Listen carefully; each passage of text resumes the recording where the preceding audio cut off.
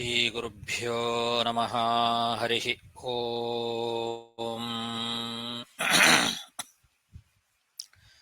ವಿಜ್ಞಾನರೋಚಿಪರಿಪೂರಿತಾಂತರ್ಬಾಹ್ಯಾಂಡಕೋಶಂ ಹರಿತೋಪಲಾಭಂ ತರ್ಕಾಭಯೇತಂ ವಿಧಿಶರ್ವಪೂರ್ವಗೀರ್ವಾಣವಿಜ್ಞಾನದಮಾನತೋऽಸ್ಮಿ. ಪ್ರಥಮೋ ಹನುಮಾನ್ ನಾಮ ದ್ವಿತೀಯೋ ಭೀಮಯೇವ ಚ. ಪೂರ್ಣಪ್ರಜ್ಞಸ್ತೃತೀಯಸ್ತು ಭಗವತ್ಕಾರ್ಯಸಾಧಕಃ. ಬುದ್ಧಿರ್ಬಲಂ ಯಶೋಧೈರ್ಯಂ ನಿರ್ಭಯತ್ವಂ ಅರೋಗತಾ. ಅಜಾಡ್ಯಂ ವಾಕ್ಪಟುತ್ವಂ ಚ ಹನುಮತ್ಸ್ಮರಣಾದ್ ಭವೇತ್. ಪೃಥ್ವೀಮಂಡಲಮಧ್ಯಸ್ಥಾಃ ಪೂರ್ಣಬೋಧಮತಾನುಗಾಃ ವೈಷ್ಣವಾ ವಿಷ್ಣುಹೃದಯಾಃ ತನ್ನಮಸ್ಯೆ ಗುರುನ್ ಮಮ. ಜನ್ಮಾದ್ಯಸ್ಯ ಯತೋನ್ಮಯಾದಿತರತಶ್ಚಾರ್ಥೇಷ್ವಭಿಜ್ಞಸ್ವರಾಟ್ ತೇನೇ ಬ್ರಹ್ಮಹೃದಾಯ ಆದಿಕವಯೇ ಮುಹ್ಯಂತಿ ಯಂ ಸೂರಯಃ. ತೇಜೋ ವಾರಿಮೃದಾಂ ಯಥಾ ವಿನಿಮಯೋ ಯತ್ರ ತ್ರಿಸರ್ಗೋ ಮೃಷಾ. ಧಾಮ್ನಾ ಸ್ವೇನ ಸದಾ ನಿರಸ್ತಕುಹಕಂ ಸತ್ಯಂ ಪರಂ ಧೀಮಹಿ. ಸೃಷ್ಟಿಸ್ಥಿತ್ಯಪ್ಯೇಹಾನೇತಿದೃಶಿತಮೋ ಬಂಧಮೋಕ್ಷಾಶ್ಚ ಯಸ್ಮಾದಸ್ಯ ಶ್ರೀಬ್ರಹ್ಮರುದ್ರಪ್ರಭೃತಿ ಸುರನರದ್ವೇಷಶತ್ರುತ್ಮಕಸ್ಯ ವಿಷ್ಣೋರ್ವ್ಯಸ್ತಾಃ ಸಮಸ್ತಾಃ ಸಕಲಗುಣನಿಧಿಃ ಸರ್ವದೋಷವ್ಯಪೇತಃ. ಪೂರ್ಣಾನಂದೋ ವ್ಯಯೋ ಯೋ ಗುರುರಪಿ ಪರಮಃ ಚಿಂತಯೇತಂ ಮಹಾಂತಂ. ಯಂ ಪ್ರವ್ರಜन्तಮನುಪೇತಮಪೇತಕೃತ್ಯಂ ದ್ವೈಪಾಯನೋ ವಿರಹ ಕಾತರ ಆಜುಹಾವ.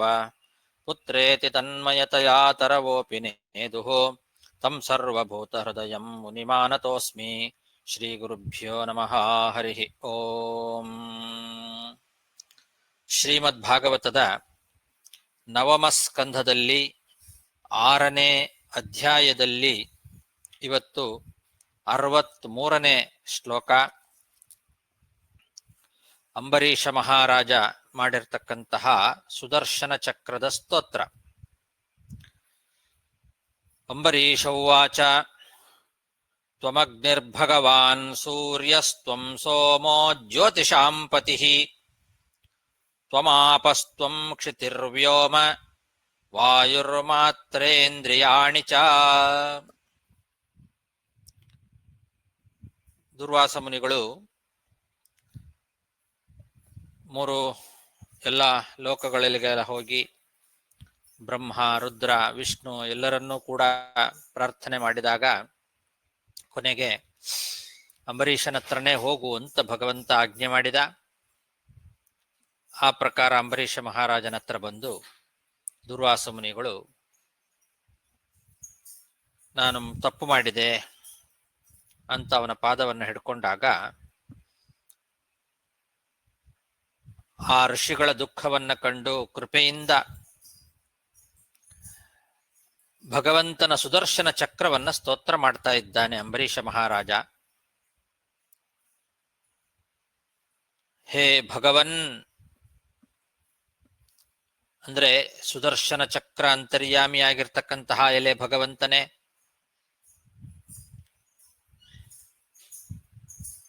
ಎಲ್ಲರೂ ನಿನ್ನ ಅಧೀನದಲ್ಲಿಯೇ ಇದ್ದಾರೆ ಅಂತ ಸ್ತೋತ್ರ ಮಾಡ್ತಾ ಇದ್ದಾನೆ. ಎಲ್ಲವೂ ನಿನ್ನ ಅಧೀನ. ಭಗವಾನ್ ಅಗ್ನಿ, ಸೂರ್ಯ, ನಕ್ಷತ್ರಗಳಿಗೆ ಒಡೆಯನಾಗಿರ್ತಕ್ಕಂತಹ ಚಂದ್ರ ಜ್ಯೋತಿಷಾಂಪತಿ, ತ್ವಮಾಪಹ ಅಂದ್ರೆ ನೀರು, ಪೃಥಿವಿ, ಆಕಾಶ, ವಾಯು, ಶಬ್ದವೇ ಮೊದಲಾಗಿರ್ತಕ್ಕಂತಹ ಎಲ್ಲ ವಿಷಯ ಪದಾರ್ಥಗಳು, ಇಂದ್ರಿಯಾಣಿಚ ಎಲ್ಲ ಇಂದ್ರಿಯಗಳು, ಇವರೆಲ್ಲರೂ ಕೂಡ ನಿನ್ನ ಅಧೀನರಾಗಿದ್ದಾರೆ ಅಂತರ್ಥ. ತ್ವಂ ಅಗ್ನಿ ಭಗವಾನ್ ಸೂರ್ಯ, ತ್ವಂ ಅಂದ್ರೆ ನೀನೇ ಅಗ್ನಿ, ನೀನೇ ಸೂರ್ಯ, ನೀನೇ ಚಂದ್ರ. ಅಂದ್ರೆ ಅವರೆಲ್ಲರೂ ನಿನ್ನ ಅಧೀನರೇ ಆಗಿದ್ದಾರೆ ಅನ್ನೋದು ತಾತ್ಪರ್ಯ.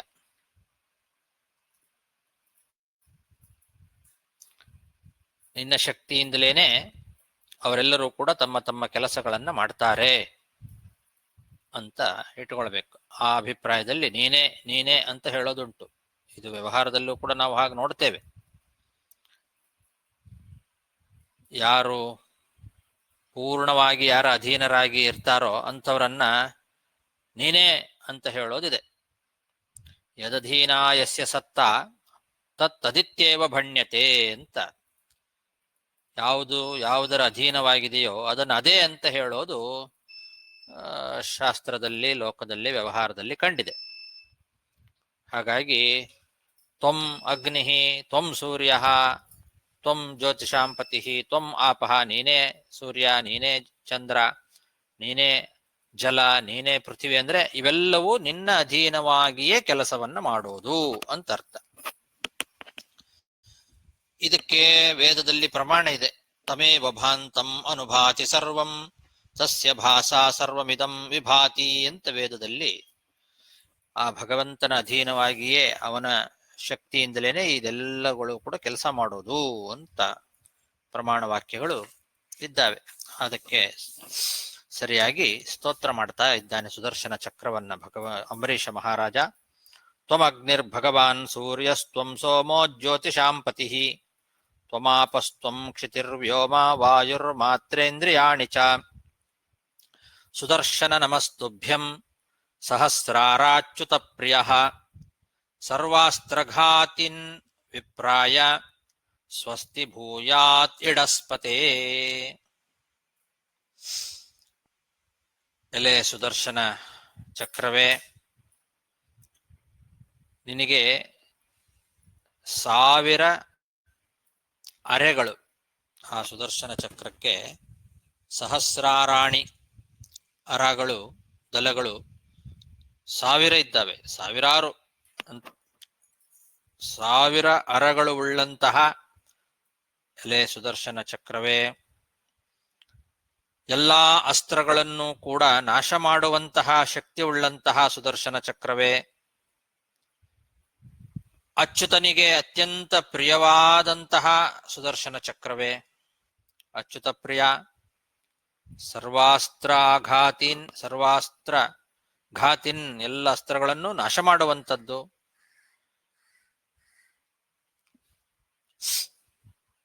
ಇಡಸ್ಪತೆ ಅನ್ನಕ್ಕೆ ಅಭಿಮಾನಿಯಾಗಿರ್ತಕ್ಕಂತಹ ಎಲೆ ಸುದರ್ಶನ ಚಕ್ರಾಭಿಮಾನಿಯೇ. ಇಡಸ್ಪತೆ ಅಂದ್ರೆ ಅನ್ನಕ್ಕೆ ಅಭಿಮಾನಿ ಅಂತ ಅರ್ಥ, ಅನ್ನಾಧಿಪತಿ.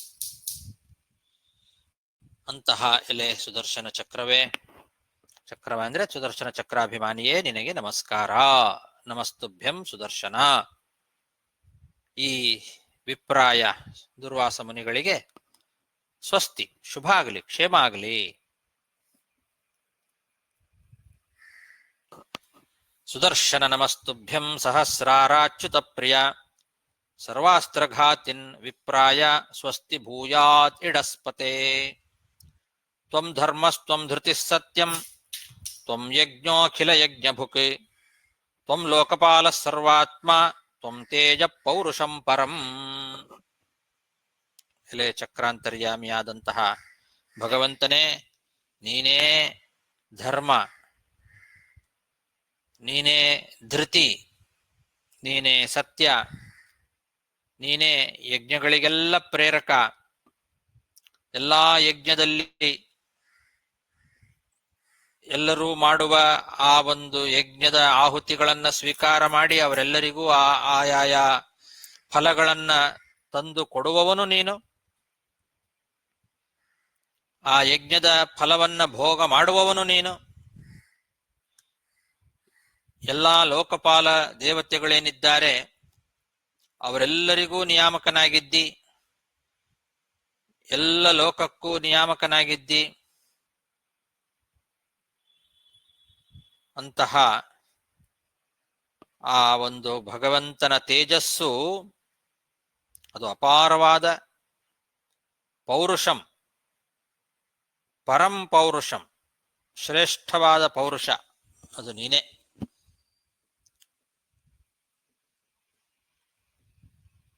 ಇದನ್ನು ಕೂಡ ಹಿಂದಿನ ಹಾಗೆ ಇಟ್ಟುಕೊಳ್ಬೇಕು. ಎಲ್ಲವೂ ನೀನೆ ಅಂದ್ರೆ ನಿನ್ನ ಅಧೀನವಾಗಿಯೇ ಇದೆಲ್ಲವೂ ಕೂಡ ಇದೆ. ನೀನೇ ಆ ಎಲ್ಲ ಲೋಕಪಾಲಕರ ಒಳಗೆ ನಿಂತು ಅವರವರ ಕೆಲಸಗಳನ್ನು ನೀನು ಮಾಡಿಸ್ತಾ ಇದ್ದಿ ಅಂತ ಅರ್ಥ. ಎಲ್ಲರಿಗೂ ಒಡೆಯನಾಗಿದ್ದಿ, ಸ್ವಾಮಿಯಾಗಿದ್ದಿ, ಅಂತರ್ಯಾಮಿಯಾಗಿದ್ದಿ. ನಿನ್ನಿಂದಲೇ ಎಲ್ಲವೂ ನಡೆಯೋದು.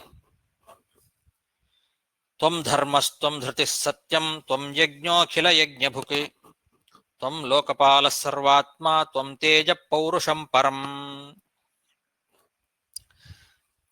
ನಮಃ ಸುನಾಭಾಖಿಲ ಧರ್ಮ ಸೇತವೇ ಅಧರ್ಮಶೀಲಾಸುರಧೂಮಕೇತವೇ ತ್ರೈಲೋಕ್ಯ ಗೋಪಾಯ ವಿಶುದ್ಧ ವರ್ಚಸೆ ಮನೋಜವಾಯಾದ್ಭುತ ಕರ್ಮಣೇ ಸ್ತುತೆ. ಎಲೆ ಸುದರ್ಶನ ಚಕ್ರ ಅಭಿಮಾನಿಯೇ,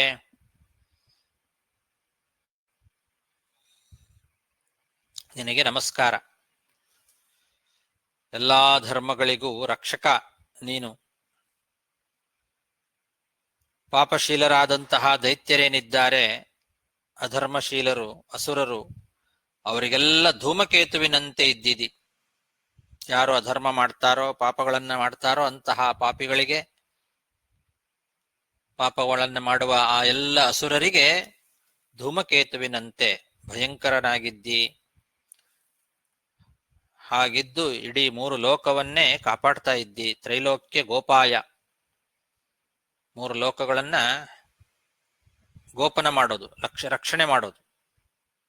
ವಿಶುದ್ಧ ವರ್ಚಸೆ, ಶುದ್ಧವಾದ ಕಾಂತಿ, ನಿರ್ಮಲವಾದ ಪರಿಶುದ್ಧವಾದ ಕಾಂತಿ ಉಳ್ಳಂತಹ ನಿನಗೆ ನಮಸ್ಕಾರ. ಮನೋಜವಾಯ, ಮನಸ್ಸಿನಂತೆ ವೇಗ. ಆ ಸುದರ್ಶನ ಚಕ್ರದ ವೇಗ ಮನಸ್ಸಿನಂತೆ, ಮನಸ್ಸು ಎಷ್ಟು ವೇಗವಾಗಿ ಹೋಗ್ತದೋ ಹಾಗೆ ಸುದರ್ಶನ ಚಕ್ರ ಅಷ್ಟು ವೇಗವಾಗಿ ಎಲ್ಲಿಗೆ ಬೇಕಾದರೂ ಗಮನ ಮಾಡತಕ್ಕಂತಹ ಶಕ್ತಿ ಉಳ್ಳದ್ದು. ಮನೋಜವಾಯ ಅದ್ಭುತ ಕರ್ಮಣೆ, ಹಾಗೆ ಅದ್ಭುತವಾದ ಕರ್ಮವನ್ನ ಮಾಡ್ತದ.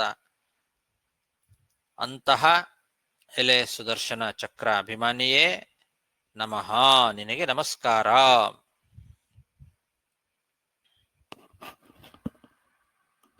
ಸುನಾಭ ಅಂದ್ರೆ ಸುದರ್ಶನ ಅಂತ ಅರ್ಥ. ನಮಃ ಸುನಾಭ, ಎಲೆ ಸುದರ್ಶನ ಚಕ್ರವೇ ನಿನಗೆ ನಮಸ್ಕಾರ. ನಾಭಿ ಅಂತ ಆ ಚಕ್ರದ ಪ್ರಾಂತ ಭಾಗ, ಅದು ಒಳ್ಳೆ ಚೆನ್ನಾಗಿರ್ತಕ್ಕಂತಹ ನಾಭಿ ಉಳ್ಳದ್ದು ಸುದರ್ಶನ, ಅದಕ್ಕೆ ಸುನಾಭ ಅಂತ ಹೆಸರು. ನಾಭಿ ಪ್ರಾಣ್ಯಂಗಕ್ಕೆ ಕ್ಷೇತ್ರೇ ಚಕ್ರ ಪ್ರಾಂತೆ ಚಕ್ರವರ್ತಿನಿ ಅಂತ ವಿಶ್ವಕೋಶ. ಹಾಗಾಗಿ ಪ್ರಾಂತ ಭಾಗಕ್ಕೆ ನಾಭಿ ಅಂತ ಕರೀತಾರೆ.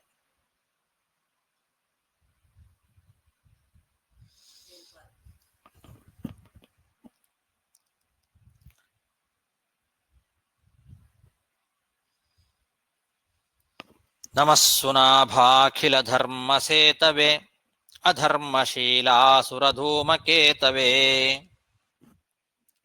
ತ್ರೈಲೋಕ್ಯ ಗೋಪಾಯ ವಿಶುದ್ಧ ವರ್ಚಸೆ ಮನೋಜವಾಯಾದ್ಭುತ ಕರ್ಮಣೇ ಸ್ತುತೆ. ಯದಾ ವಿಸೃಷ್ಟಸ್ತ್ವಮನಂಜನೇನ ವೈ ಬಲಂ ಪ್ರವಿಶ್ಯೋರ್ಜಿತ ದೈತ್ಯದಾನವಂ ಬಾಹೂದರೋರ್ವಂಘ್ರಿಶಿರೋಧರಾಣಿ ವೃಕ್ಣನ್ನಜಸ್ರಂ ಪ್ರಧನೆ ವಿರಾಜಸೆ.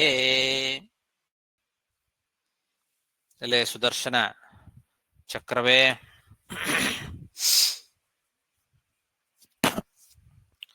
ನಿರ್ದುಷ್ಟನಾದಂತಹ ಸಕಲ ದೋಷವರ್ಜಿತನಾದ ಭಗವಂತ ಶ್ರೀಮನ್ನಾರಾಯಣ ಯುದ್ಧ ಮಾಡುವಾಗ ನಿನ್ನನ್ನ ಪ್ರಯೋಗ ಮಾಡ್ತಾನೆ. ಆವಾಗ ನೀನು ಎಷ್ಟೇ ದೈತ್ಯರ ದಾನವರ ಗುಂಪು ಇರಲಿ, ಆ ದೈತ್ಯ ದಾನವರಿಂದ ತುಂಬಿದಂತಹ ಆ ಅಸುರರ ಸೈನ್ಯವನ್ನ ಹೊಕ್ಕು ಅವರ ಬಾಹು, ಉದರ, ತೊಡೆ, ಕಾಲು, ಕುತ್ತಿಗೆ ಎಲ್ಲವನ್ನೂ ಕತ್ತರಿಸಿ ನೀನು ಬೆಳಗುತ್ತಾ ಇದ್ದಿ. ಬಾಹೂದರ ಊರು ಅಂಘ್ರಿ ಶಿರೋಧರಾಣಿ. ಬಾಹುಗಳು, ಉದರ ಅಂದರೆ ಹೊಟ್ಟೆ, ಊರು ಅಂದರೆ ತೊಡೆ, ಅಂಘ್ರಿ ಅಂದರೆ ಕಾಲು, ಶಿರೋಧರ ಕುತ್ತಿಗೆ. ಇದೆಲ್ಲವನ್ನು ಅನಾಯಾಸವಾಗಿ ಕತ್ತರಿಸಿ ಬಿಡ್ತಿದೆ. ಯಾರದು? ದೈತ್ಯರು, ಅಸುರರ ಗುಂಪು. ಊರ್ಜಿತ ದೈತ್ಯ ದಾನವಂ. ದೈತ್ಯರು, ದಾನವರಿಂದ ತುಂಬಿರ್ತಕ್ಕಂತಹ ಆ ಅಸುರರ ಸೈನ್ಯ, ಅದನ್ನ ಪೂರ್ತಿಯಾಗಿ ನಾಶ ಮಾಡಿ ಬೆಳಗುತ್ತಾ ಇದ್ದೆ ವಿರಾಜಸೆ. ಆ ಯುದ್ಧದಲ್ಲಿ ಭಗವಂತ ನಿನ್ನನ್ನು ಪ್ರಯೋಗ ಮಾಡಿದಾಗ ಅಂತಹ ಮಹಾಶಕ್ತಿ ಇಂದ ನೀನು ಎಲ್ಲ ಅಸುರರ ಕುತ್ತಿಗೆಯನ್ನ, ತೊಡೆಗಳನ್ನ, ಕಾಲುಗಳನ್ನ, ಉದರವನ್ನ, ಬಾಹುಗಳನ್ನ ಕತ್ತರಿಸಿ ಹಾಕಿ ಬೆಳಗುತ್ತಾ ಇದ್ದಿ. ಅಂತಹ ಸುದರ್ಶನ ಚಕ್ರವೇ ನಿನಗೆ ನಮಸ್ಕಾರ. ಯದಾ ವಿಸೃಷ್ಟಸ್ತ್ವಮನಂಜನೇನ ವೈ ಬಲಂ ಪ್ರವಿಶ್ಯೋರ್ಜಿತ ದೈತ್ಯದಾನವಂ ಬಾಹೂದರೋರ್ವಂಘ್ರಿಶಿರೋಧರಾಣಿ ವೃಕ್ನನ್ನಜಸ್ರಂ ಪ್ರಧನೆ ವಿರಾಜಸೆ. ಅಂಜನೇನ ವಿಸೃಷ್ಟಂ ಅಂತ, ಅಂಜನ ಅಂತ ಭಗವಂತನಿಗೆ ಹೆಸರು. ಯಾವ ದೋಷವೂ ಇಲ್ಲದೆ ಇರತಕ್ಕಂಥವನು, ನಿರ್ಲಿಪ್ತನಾಗಿರ್ತಕ್ಕಂಥವನು, ನಿರನಿಷ್ಠೋ ನಿರವಧ್ಯ ಅಂತ ಶ್ರುತಿಯಿಂದ ಯಾವ ದೋಷಗಳು ಇಲ್ಲ ಅಂತ ತಿಳಿಯಲ್ಪಟ್ಟಂಥವನು. ಅಂತಹ ನಿರಂಜನೇನ ಭಗವಂತ, ನಿರಂಜನನಾದ ಆ ಹರಿಯಿಂದ ವಿಸೃಷ್ಟವಾದ ಕಳಿಸಲ್ಪಟ್ಟಂತಹ ಎಲೆ ಸುದರ್ಶನ ಚಕ್ರವೇ ನಿನ್ನ ಸಾಮರ್ಥ್ಯ ಇಂಥದ್ದು.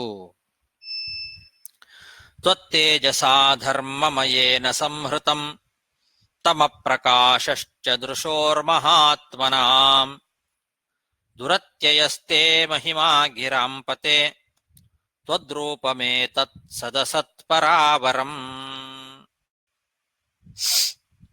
ನಿನ್ನ ತೇಜಸ್ಸೇನಿದೆ ಅದರಿಂದಲೇನೆ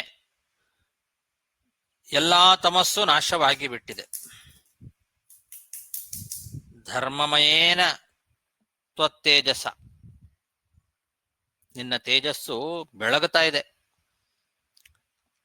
ಆ ಪ್ರಕಾಶದಿಂದ ಎಲ್ಲ ತಮಸ್ಸು ನಾಶವಾಗ್ತದೆ.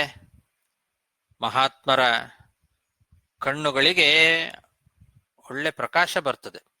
ಮಹಾತ್ಮನಾಂ ದೃಶೋಹ ಪ್ರಕಾಶಶ್ಚ, ಮಹಾತ್ಮರ ಕಣ್ಣುಗಳಿಗೆ ಒಳ್ಳೆ ಪ್ರಕಾಶವನ್ನು ತಂದುಕೊಡುವಂತಹ ತೇಜಸ್ಸು ನಿಂದು.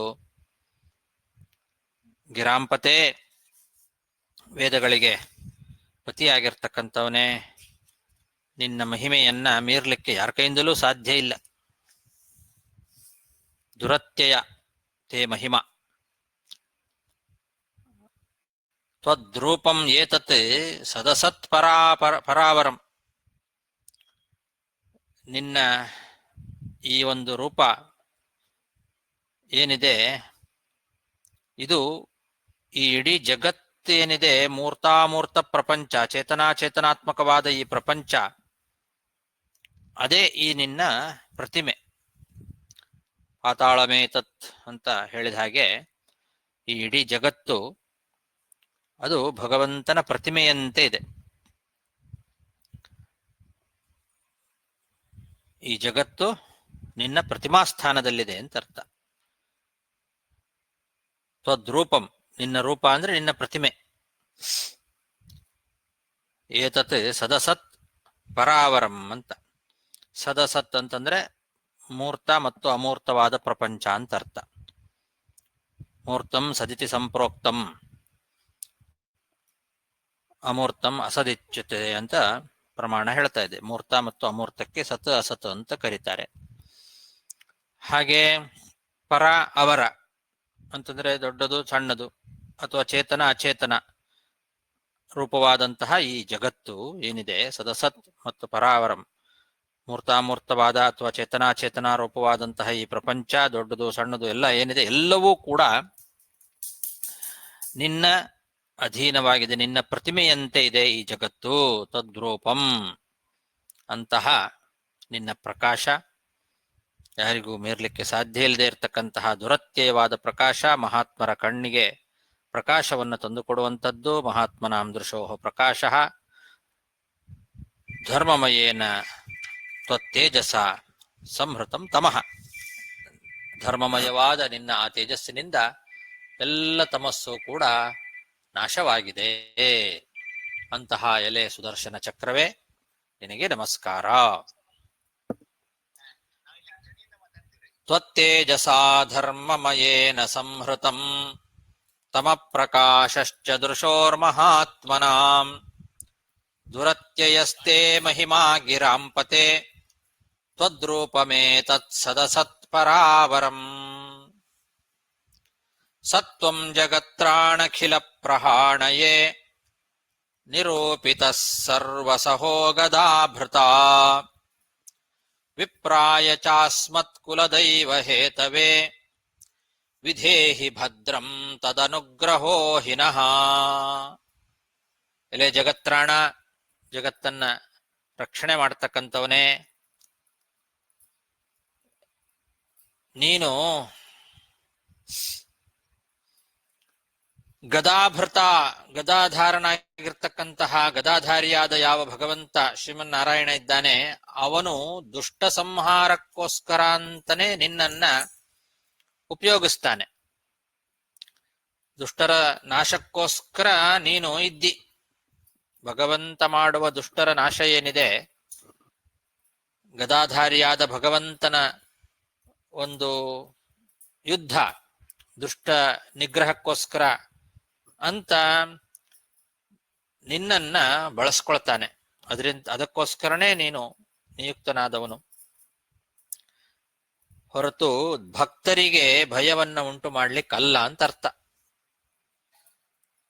ದುಷ್ಟರ ನಾಶಕ್ಕೋಸ್ಕರ ನಿನ್ನನ್ನ ಅವನು ಇಟ್ಕೊಂಡಿದ್ದಾನೆ ಹೊರತು ಆ ಭಗವದ್ ಭಕ್ತರು ಯಾರಿದ್ದಾರೆ ಅವರಿಗೆ ಮಂಗಲವನ್ನ ಉಂಟು ಮಾಡಬೇಕು, ಅದಕ್ಕೋಸ್ಕರ ಇರ್ತಕ್ಕಂಥವನು ನೀನು.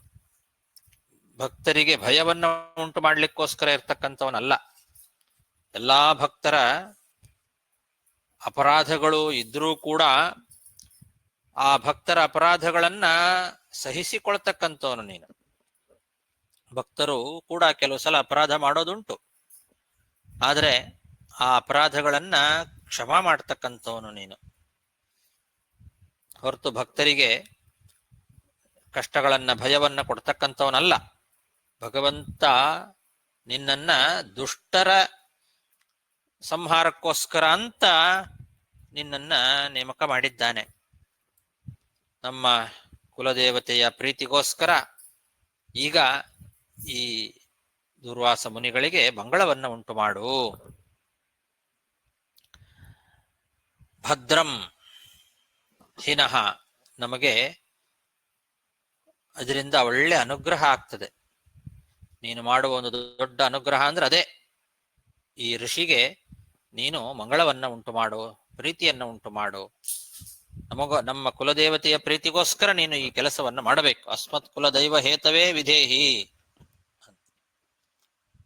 ಅಂದ್ರೆ ಭಗವಂತನಿಗೆ ಅದು ಇಷ್ಟ. ನಮ್ಮ ಕುಲದೈವತ ಅಂದ್ರೆ ಭಗವಂತ, ಅವನ ಪ್ರೀತಿಗೋಸ್ಕರ ನೀನು ಈಗ ಇವನಿಗೆ ಮಂಗಲವನ್ನ ಉಂಟು ಮಾಡು. ಎಲೆ ಸುದರ್ಶನ ಚಕ್ರವೇ, ನೀನು ಜಗತ್ರಾಣ, ಭದ್ರ ಮಾಡಬೇಕು. ನೀನು ಈ ಜಗತ್ತಿಗೆ, ಸಜ್ಜನರಿಗೆ, ಭಕ್ತರಿಗೆ ಅನುಗ್ರಹ ಮಾಡಬೇಕು. ನೀನು ಅವರ ಪಾಪಗಳನ್ನ, ಅವರ ಅಪರಾಧಗಳನ್ನ ಕ್ಷಮಾ ಮಾಡಬೇಕೇ ಹೊರತು ಅವರಿಗೆ ಭಯವನ್ನ ಉಂಟು ಮಾಡತಕ್ಕಂಥದ್ದಲ್ಲ. ದುಷ್ಟರಿಗೆ ಮಾತ್ರ ಭಯವನ್ನ ಉಂಟು ಮಾಡತಕ್ಕಂತಹವನು ನೀನು. ಅದಕ್ಕೋಸ್ಕರನೇ ಭಗವಂತ ನಿನ್ನನ್ನು ನಿಯಮನ ಮಾಡಿದ್ದಾನೆ.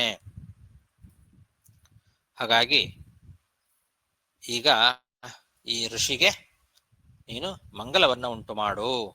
ಅದೇ ನನಗೆ ಮಾಡುವಂತಹ ಒಂದು ದೊಡ್ಡ ಅನುಗ್ರಹ. ಸತ್ವಂ ಜಗತ್ರಾಣಖಿಲ ಪ್ರಹಾಣಯೇ, ಸತ್ವಂ ಜಗತ್ರಾಣ ಖಲ ಪ್ರಹಾಣಯೇ ನಿರೂಪಿತ ಸರ್ವಸಹೋ ಗದಾಭೃತ ವಿಪ್ರಾಯ ಚಾಸ್ಮತ್ ಕುಲದೈವ ಹೇತವೇ ವಿಧೇಹಿ ಭದ್ರಂ ತದನುಗ್ರಹೋ ಹಿನಃ. ಯದ್ಯಸ್ತಿ ದತ್ತಮಿಷ್ಟಂ ವಾ ಸ್ವಧರ್ಮೋ ವಾ ಸ್ವನುಷ್ಠಿತಃ ಕುಲಂ ನೋ ವಿಪ್ರದೈವಂ ಚೇತ್ ದ್ವಿಜೋ ಭವತು ವಿಜ್ವರಃ.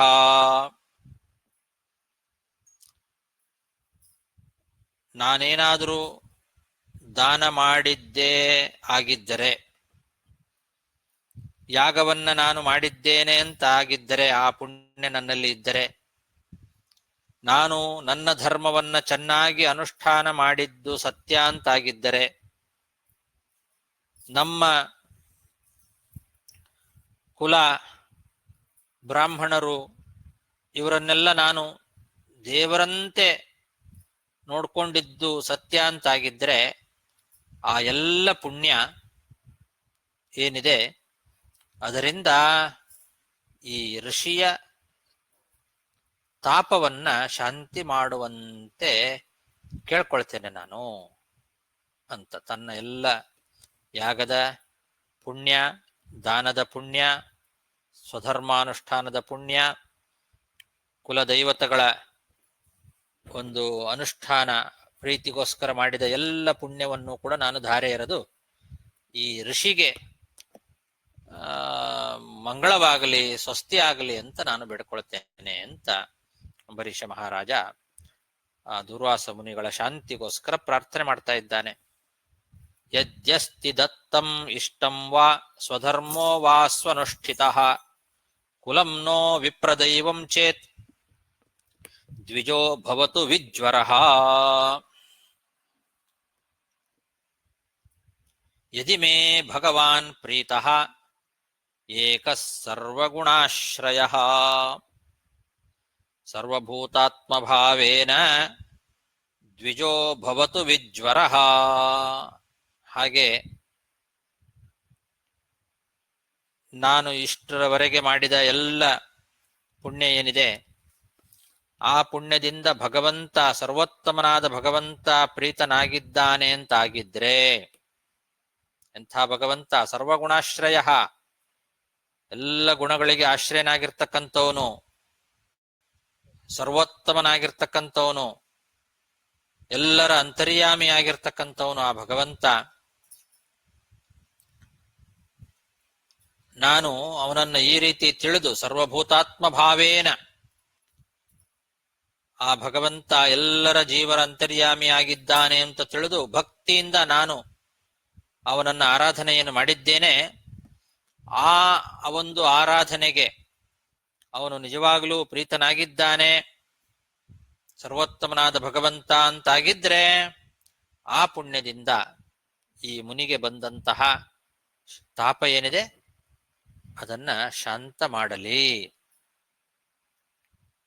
ಅಂತ ಹೀಗೆ ಅಂಬರೀಷ ಮಹಾರಾಜ ದುರ್ವಾಸ ಮುನಿಗಳ ಪರವಾಗಿ ತನ್ನ ಪುಣ್ಯವನ್ನ ಧಾರೆ ಎರೆದು ತನ್ನ ಪುಣ್ಯದ ಸಾಕ್ಷಿಯಾಗಿ ಸುದರ್ಶನ ಚಕ್ರಕ್ಕೆ ಪ್ರಾರ್ಥನೆಯನ್ನ ಮಾಡ್ಕೊಳ್ತಾ ಇದ್ದಾನೆ.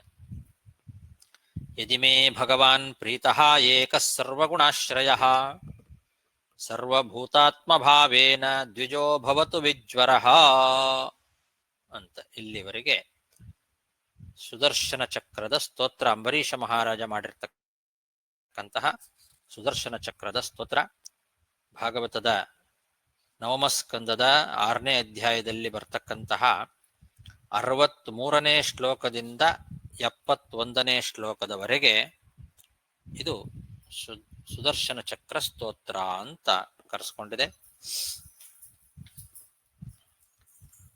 ಈ ರೀತಿ ಸ್ತೋತ್ರ ಮಾಡಿದಾಗ ಏನಾಯ್ತು ಅಂತ ಶುಕಾಚಾರ್ಯರು ಹೇಳ್ತಾ ಇದ್ದಾರೆ.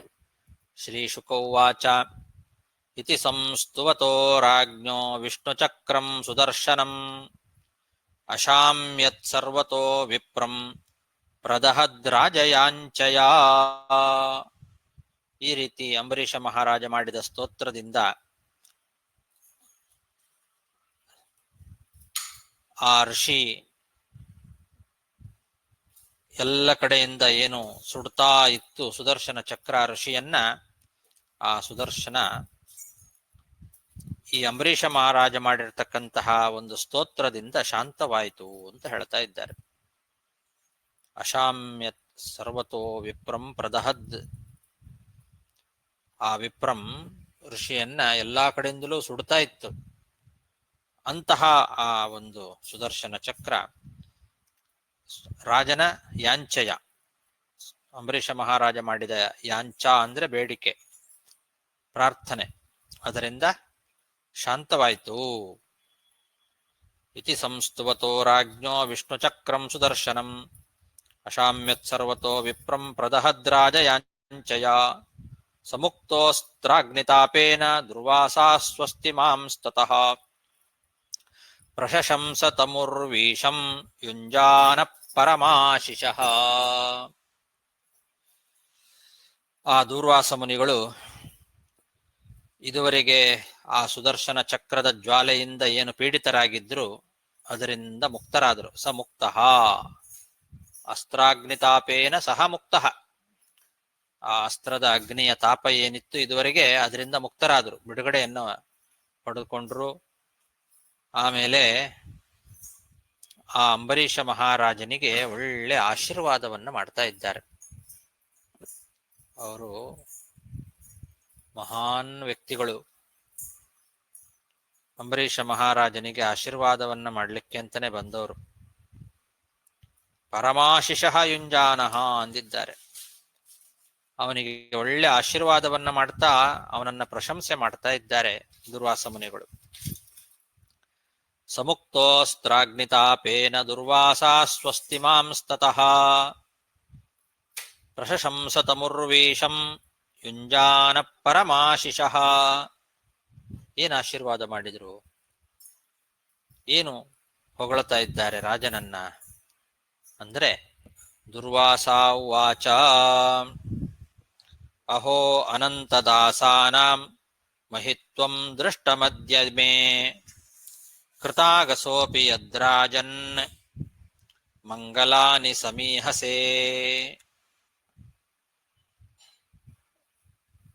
ಭಗವಂತನ ದಾಸರು ಅಂತೇನಿದ್ದಾರೆ, ಭಗವದ್ಭಕ್ತರು, ಅವರ ಮಹಿಮೆ ಅಬ್ಬಾ ಎಷ್ಟು ಆಶ್ಚರ್ಯ ಅಂತಾರೆ. ಅಹೋ ಅಂತಾರೆ ಮೊದಲು. ಅವರ ಮಾತು ಆಡ್ಲಿಕ್ಕೆ ಪ್ರಾರಂಭ ಮಾಡುವಾಗಲೇನೆ ಅಹೋ ಅನಂತ ದಾಸಾನಾಂ ಮಹಿತ್ವಂ, ಎಷ್ಟು ಅದ್ಭುತವಾದದ್ದು ಅನಂತನ ದಾಸರ ಮಹಿಮೆ. ಆ ಭಗವದ್ಭಕ್ತರ ಮಹಿಮೆ ಬಹಳ ಅದ್ಭುತವಾದದ್ದು, ಬಹಳ ಆಶ್ಚರ್ಯಕರವಾದದ್ದು. ಅದನ್ನ ಇವತ್ತು ನಾನು ಪ್ರತ್ಯಕ್ಷವಾಗಿ ಕಂಡೆ. ಅದ್ಯಮೇ ದೃಷ್ಟಂ. ಭಗವದ್ಭಕ್ತರ ಮಹಿಮೆ ಅಂತನ್ನೋದು ಬಹಳ ಅದ್ಭುತವಾದದ್ದು ಅನ್ನೋದನ್ನ ಇವತ್ತು ನಾನು ಪ್ರತ್ಯಕ್ಷವಾಗಿ ಕಾಣ್ತಾ ಇದ್ದೇನೆ. ಎಲೆ ರಾಜನೇ, ನಾನು ನಿನ್ನಲ್ಲಿ ಏನು ಅಪರಾಧ ಮಾಡಿದ್ದೇನೋ ಆ ಅಪರಾಧವನ್ನು ಕೂಡ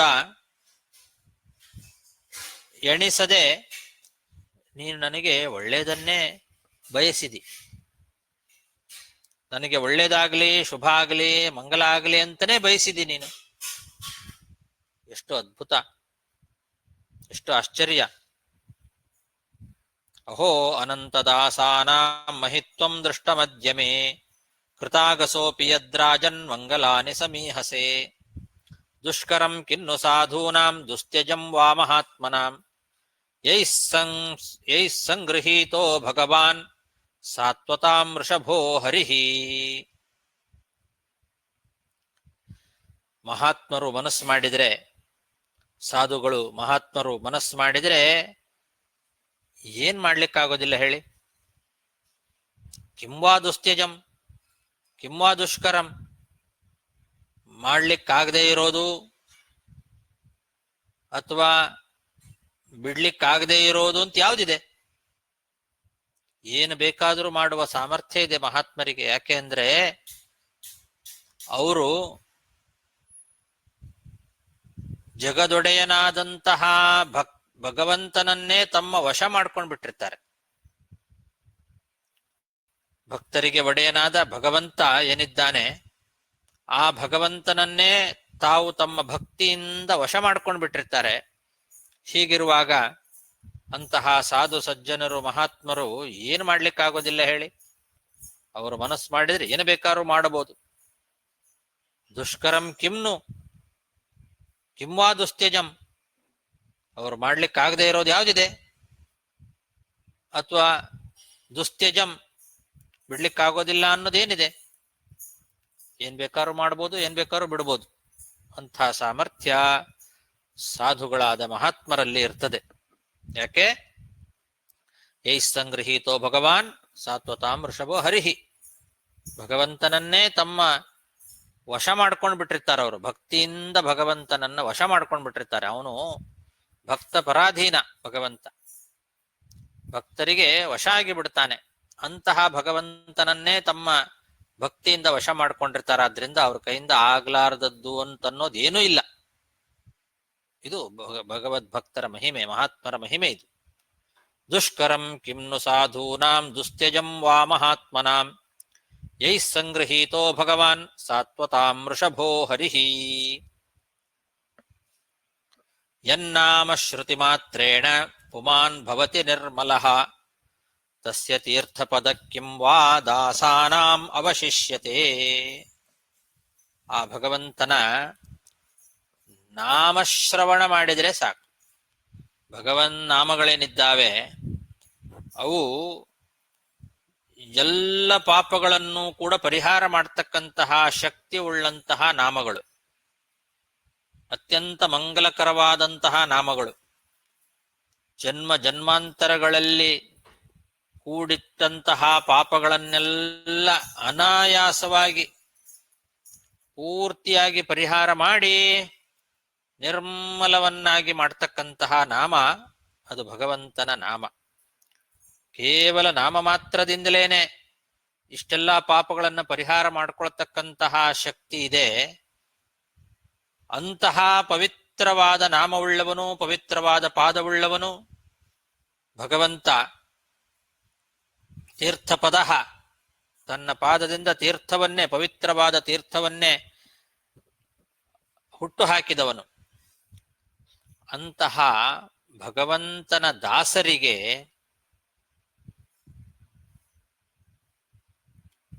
ಪಾಪ ನಾಶವಾಗದೇ ಇರುತ್ತೇನು? ಆ ಭಗವಂತನ ನಾಮಶ್ರವಣದಿಂದಲೇನೆ ಎಲ್ಲಾ ಮನುಷ್ಯರ ಎಲ್ಲ ಪಾಪಗಳನ್ನು ಕೂಡ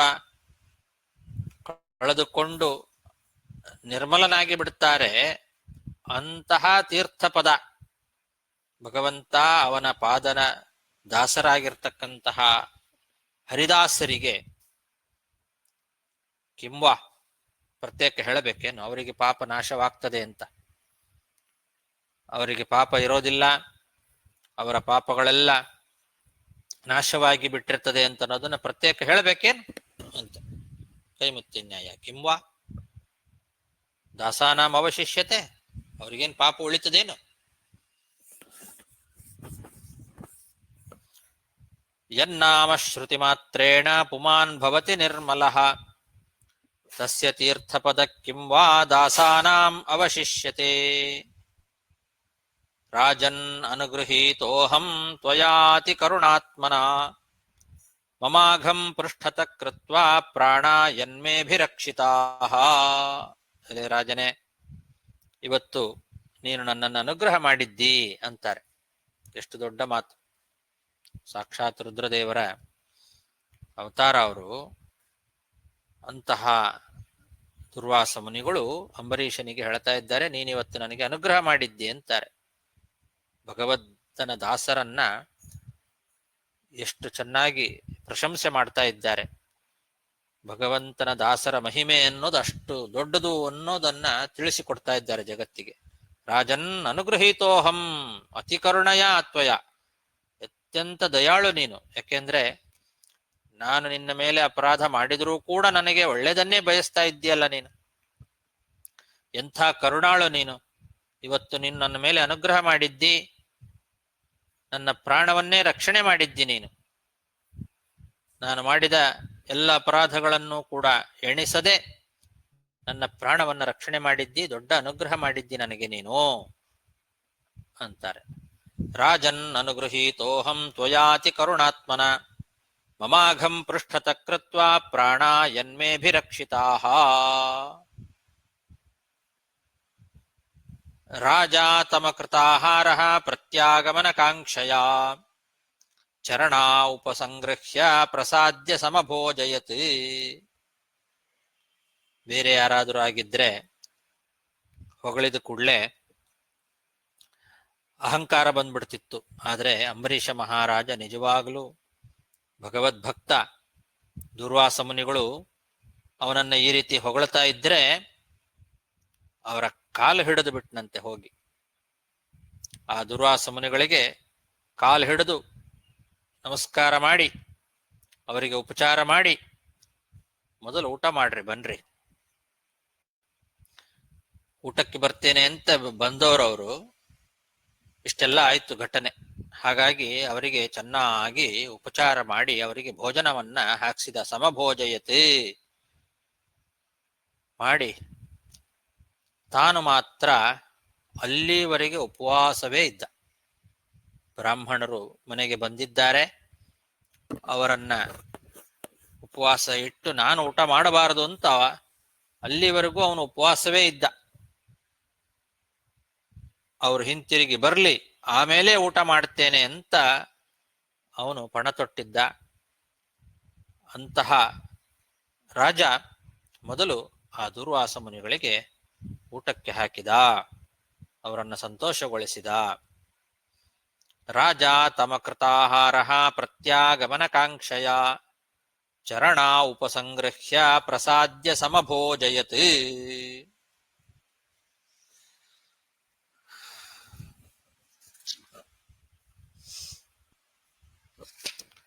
ಸೋಷಿತ್ವಾ ಧೃತಮಾನೀತಮಾತಿಥ್ಯಂ ಸಾರ್ವಕಾಮಿಕಂ ತೃಪ್ತಾತ್ಮಾ ನೃಪತಿಂ ಪ್ರಾಹ ಭುಜ್ಯತಾಮಿತಿ ಸಾದರಂ. ಹೀಗೆ ದುರ್ವಾಸ ಮುನಿಗಳು ಬಹಳ ಸಂತೋಷದಿಂದ ಅವನ ಮನೆಯಲ್ಲಿ ಊಟ ಮಾಡಿ ಆಮೇಲೆ ಅವರೇ ಬಂದು ಅಂಬರೀಷ ಮಹಾರಾಜನಿಗೆ ಆದರಪೂರ್ವಕವಾಗಿ ಬಡಿಸಿದ್ರಂತೆ. ಊಟ ಮಾಡು ಅಂತಂದ್ರಂತೆ ಅವನಿಗೆ. ಅವರು ಮೊದಲು ಅನ್ನವನ್ನ ಊಟ ಮಾಡಿ ತೃಪ್ತರಾಗಿ ಆಮೇಲೆ ಅಂಬರೀಷ ಮಹಾರಾಜನಿಗೆ ನೀನು ಊಟ ಮಾಡು ಅಂತ ಹೇಳ್ತಾ ಇದ್ದಾರೆ.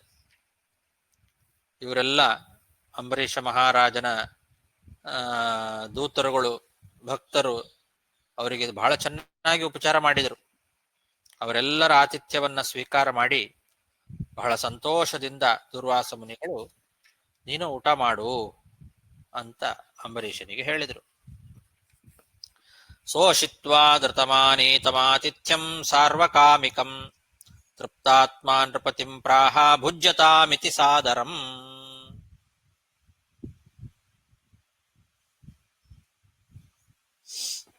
ಪ್ರೀತೋಸ್ಮ್ಯನುಗೃಹೀತೋಸ್ಮಿ ತವ ಭಾಗವತಸ್ಯ ವೈ ದರ್ಶನ ಸ್ಪರ್ಶನಾಲಾಪೈರಾತಿಥ್ಯೇನಾತ್ಮಮೇಧಸಾ.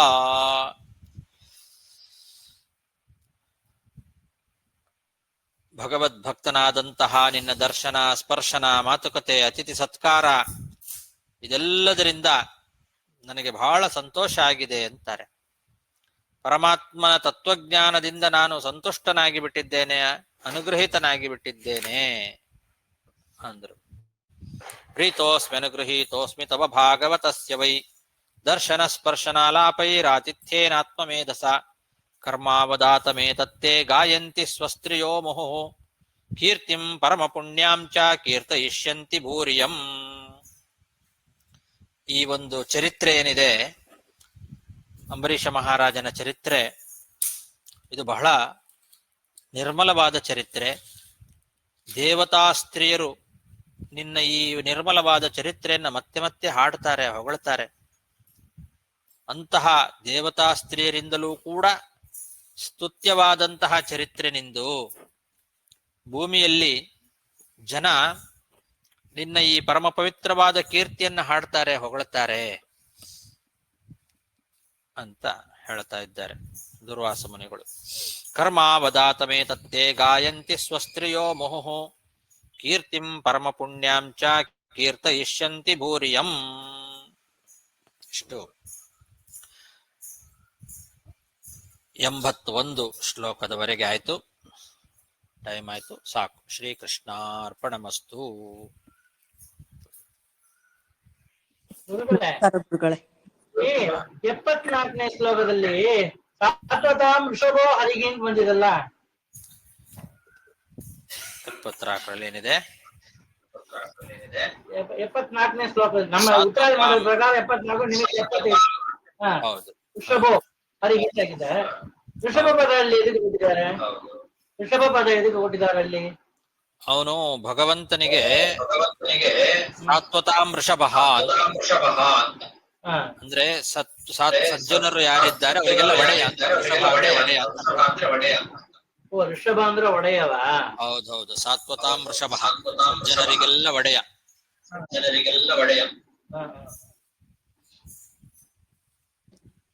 ಅದೇ ಸತ್ಯಧರ್ಮರು ಬಂದು ಏನ್ ಭಗವಾನ್ ಸಾತ್ವತಾಂ ವೃಷಭಗ ಸಂಗೃಹೀತಗ ಸ್ವಾಮಿತ್ವೇನ ಅನ್ನಲ್ಪಟ್ಟಿದ್ದಾರೆ. ಹೌದು, ಯಾರಿಂದ ಭಗವಂತನಾದ ಸಾತ್ವತಾಂ ವೃಷಭ, ಸಜ್ಜನರ ಒಡೆಯನಾಗಿರ್ತಕ್ಕಂತಹ ಭಗವಂತ ಸಂಗೃಹೀತ, ಅದಕ್ಕರ್ಥ ಸ್ವಾಮಿತ್ವೇನ ಸ್ವೀಕೃತ, ಆ ಭಗವಂತನನ್ನೇ ಸ್ವಾಮಿ ಅಂತ ಸ್ವೀಕಾರ ಮಾಡಿರ್ತಾರೆ. ಸರಿ ಸರಿ ಸರಿ ಗುರು.